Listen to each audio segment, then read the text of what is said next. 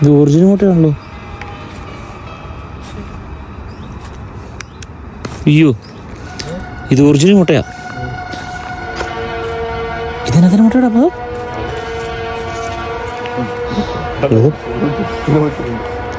കൂടോത്ര ചെയ്ത മുട്ടയാണെങ്കിൽ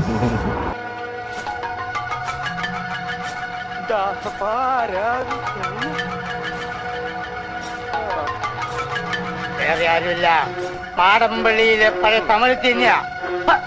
ആ സമയത്ത് അവിടെ നിൽക്കാതിരുന്നുണ്ടല്ലോ, ആയുസിന്റെ ബലം കൊണ്ടാ. നാല് തകട് പൂച്ചിട്ടുണ്ട്. പരിഭ്രമിക്കാനൊന്നുമില്ലല്ലോ.